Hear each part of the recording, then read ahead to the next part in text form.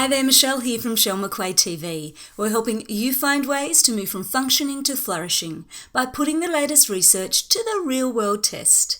To help us today, I'm very pleased to introduce you once again to Michelle Gielan. Michelle's the founder of the Institute for Applied Positive Research and is the best-selling author of Broadcasting Happiness. She holds a Master's of Applied Positive Psychology from the University of Pennsylvania and is a featured professor in Oprah's Happiness E-Course, an executive producer of the Happiness Advantage special on PBS, and formerly served as a national news broadcaster for CBS News. Her research and advice have received attention from the New York Times, Washington Post, Forbes, USA Today, CNN, Fox, and NPR. Welcome, Michelle. Oh, thank you so much, Michelle. It's wonderful to be here with you. Oh, thank you for making the time. I know you've been so busy with this book launch and sharing some of these really practical, but I love tested strategies around how we can broadcast happiness. And as I was reading the book, I couldn't help but think about how many of the strategies you had in there might be helpful for building our personal brands at work. And so I had to ask you this morning to start, do you think that's actually right, or am I kind of reading more into it than perhaps you intended? You are absolutely spot on. These days, our personal brand at work is exceptionally important because it's how we set ourselves apart from other people. And what we're finding is if we can broadcast a positive, optimistic, motivated mindset to other people, not only do we push our brain into a higher performance zone, we do that for the people around us. And we've seen in the research now that if when we broadcast happiness, we actually improve our chances of promotion by whole host of other business measures. So what are some of those measures, Michelle? Because I know up on the book's website, which is broadcastinghappiness.com for people who are looking for it, you've got some really compelling statistics about why this would be worth pursuing as a strategy for us. So what I was exceptionally interested in as I was developing the ideas for this book were case studies and researched programs or strategies, things that have actually worked and we can see the metrics on it. And just some examples that I found which are so compelling. When we broadcast happiness to our teams as managers, we can raise the entire team's productivity in just 3 weeks by 31%. Huge.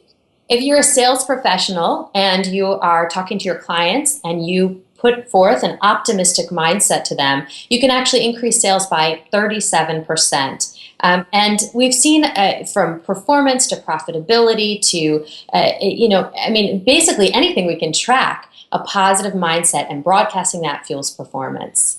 So why do you think this happens? I mean, it sounds great, but there'll be cynics out there who might be listening today going, yeah, but how could happiness really do all of that? I know, and I totally understand it because there is sort of this idea, this notion that in order to create positive change, we need to focus on all that's not working and how we're going to move forward. What we're seeing now is that while there is definitely a place for doing that, when we can actually focus on resources, successes, wins, and ways in which our behavior matters, that's how we get our brain into a place where it's better suited to focus on those challenges. So it's just about having this more balanced approach, and by broadcasting happiness, one helps solve the other. And so in the book, you feature 7 different strategies that help us to broadcast happiness and I believe might be really useful when it comes to building our personal brand. Can you just take us through what are the 7 strategies then that people might be thinking about in this area? So the first one, and I think this is actually the most transformational and easiest to do, is something we call the power lead. The power lead was taken from my days in media. Normally, when you think of a news program and their top story, you think of, if it bleeds, it leads, right? Well, since we are all broadcasters, we're all constantly broadcasting information to other people, my question for you is, what's your top story? The power lead is starting conversations, emails, phone calls, and any other interaction with people on a positive, meaningful note. So that can be as simple as the next time you're asked, hi, how are you? If we skip, I'm tired, I'm stressed, the boss is driving me nuts, and instead broadcast positivity, I'm doing great, I had breakfast with my son this morning and he's being so funny. Something so simple but meaningful that actually takes lead in the conversation. It sets the tone to positive, and it encourages other people to respond in kind.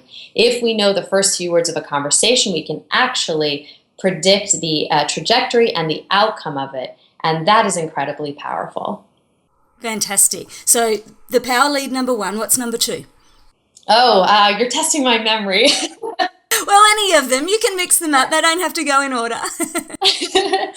So another one that I think has really resonated with a lot of people. So many of us deal with negative people, and many of them, we love them so much, right? They might be our family members who are chronically negative. Sometimes we don't care for them as much. They're our colleagues, and they're in the cubicle next to us, driving us nuts.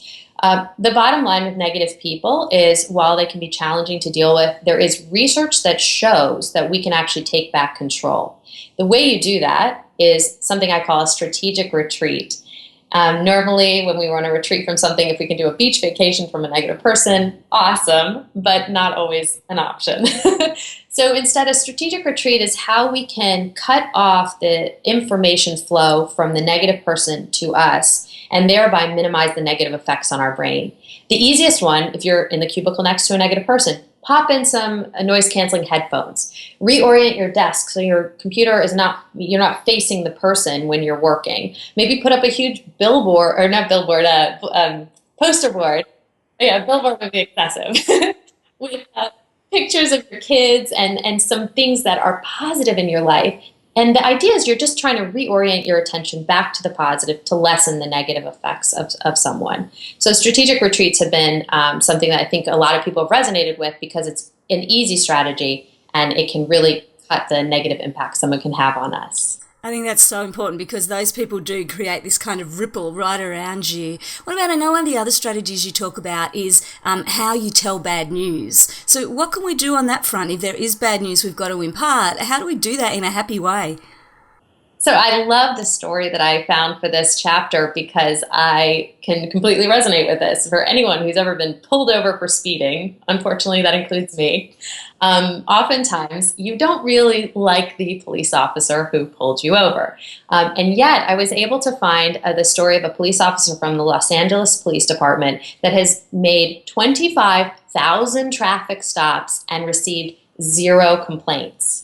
What's remarkable about that is, oh, and by the way, people love him so much that he was invited to dinner by one person, which was really nice. But what's remarkable is he's consistently delivering bad news to people, right? But he's figured out a formula to deliver bad news better. And in short, what his strategies are and what I believe in is something I call the 4 C's. So first, we need to build social capital. Ideally, you're building that on a regular basis with people as you interact with them at work.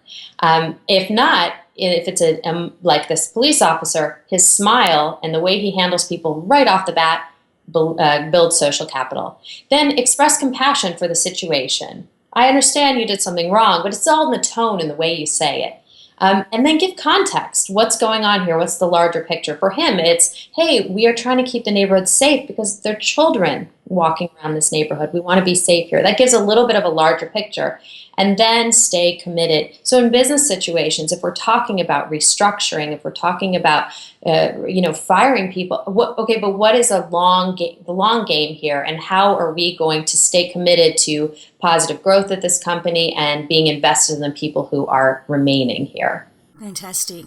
Now, one of the strategies you also share is how we can inoculate our brains against stress using some of the broadcasting happiness approach. And given most of us experience stress, unfortunately, most days, I think, in our jobs, what were you finding on this front?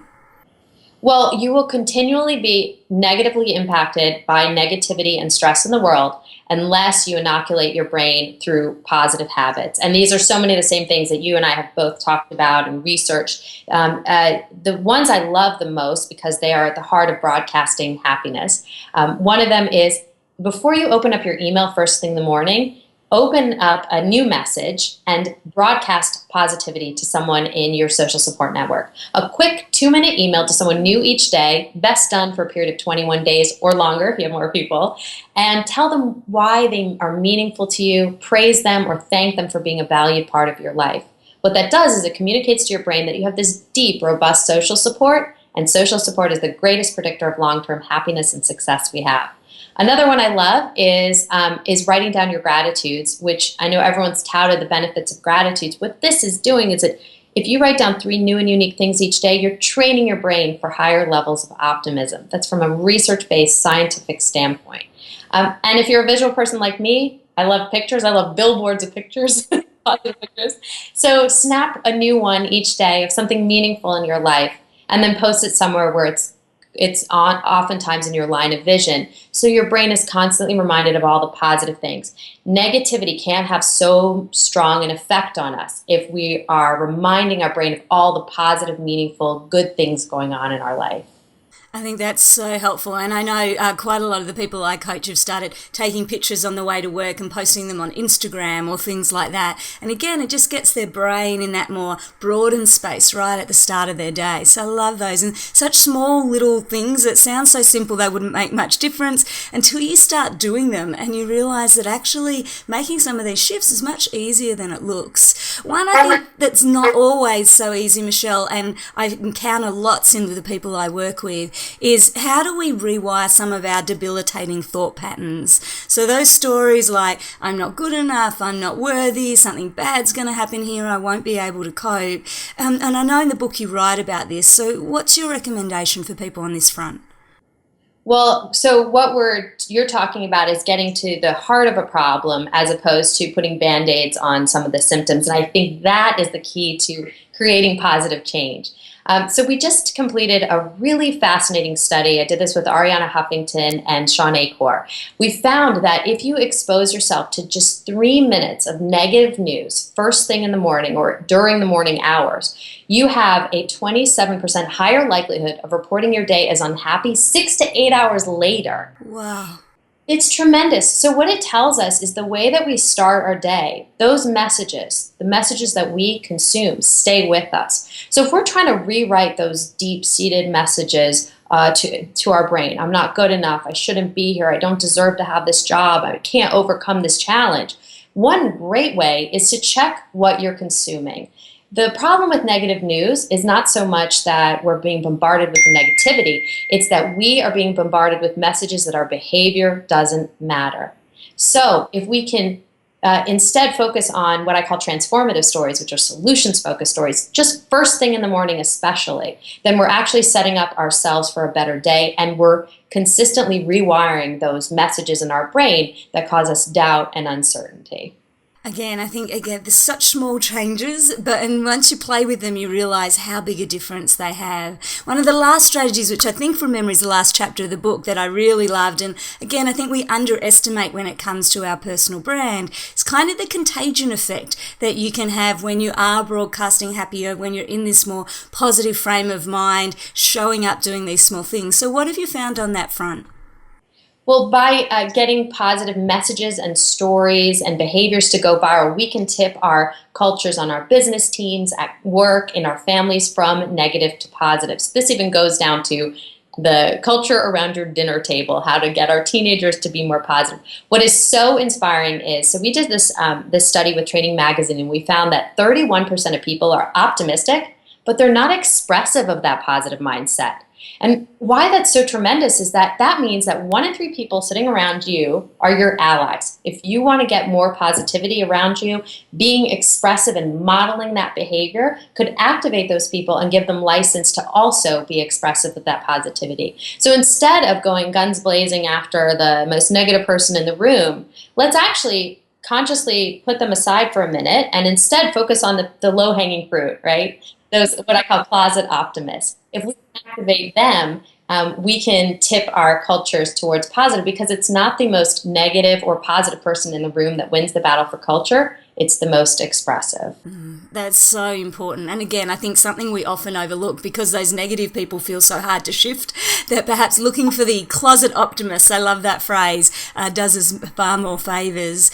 Can we have too much happiness when it comes to broadcasting? Like, again, I'm thinking so much of building our personal brand is about that authenticity and trustworthiness. And we've all from time to time seen that person at the workplace who seems to have the fake smile plastered on no matter what.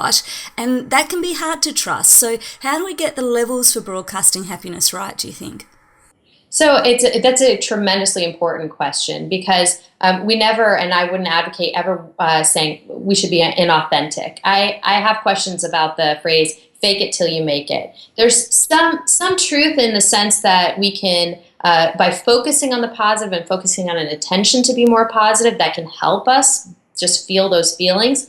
But we always want to be authentic through the process. Some of the most charismatic leaders I've ever come across are not rah-rah cheerleaders. They have quiet charisma. I know you've met many of them. And they say, you did a really good job on this project. That's positive. So it's not about the energy level. It's just about focusing on that positivity. And back to the fact that so many people have a positive mindset, but they're not expressive. If we can turn up the volume on our own broadcast to make it just ever so slightly more positive, that reaps benefits for us and the people we come into contact with. Yeah, I often like to think of it sort of like a continuum and think, can I just dial up the notch just a little bit more so that it's getting that reach? And particularly, I think as a more naturally introverted person, I can spend a lot of time living in my head. So it feels really positive up here, but it's not always being expressed that way. I know you write a little bit in the book about the introvert-extrovert piece. So do you find the broadcasting happiness sits more naturally for one type of person than another? So I gave a talk at a company one time, and this introvert, and I'm sure this was actually challenging for this person, came up to me and said, I'm introverted. I don't know how much this applies to me. And I'm so thankful this person said this, because now I've changed my talk and include this right off the bat. It actually totally applies, because both introverts and extroverts communicate with everybody around them. They might do so a little differently, but nonverbals are exceptionally important. I've had introverts in meetings they have the face, they're not really into the idea that's being presented, and their body language, their facial expressions, all of that communicates what they think, and yet they're not saying anything. So broadcasting happiness applies to smiles. It applies to how we sit in a meeting, whether our body seems open. So it's not just a power reserve for extroverts. Fantastic. Now, thank you so much for your time. I know for people who are wanting to take the next step on that, you've got the wonderful site, broadcastinghappiness.com. She's got all the details for how to get the book. But when I was playing up there the other day, I also saw that you put up a free success survey. Tell us briefly about that, so if people are wanting to dig into that, they know what they can go and do.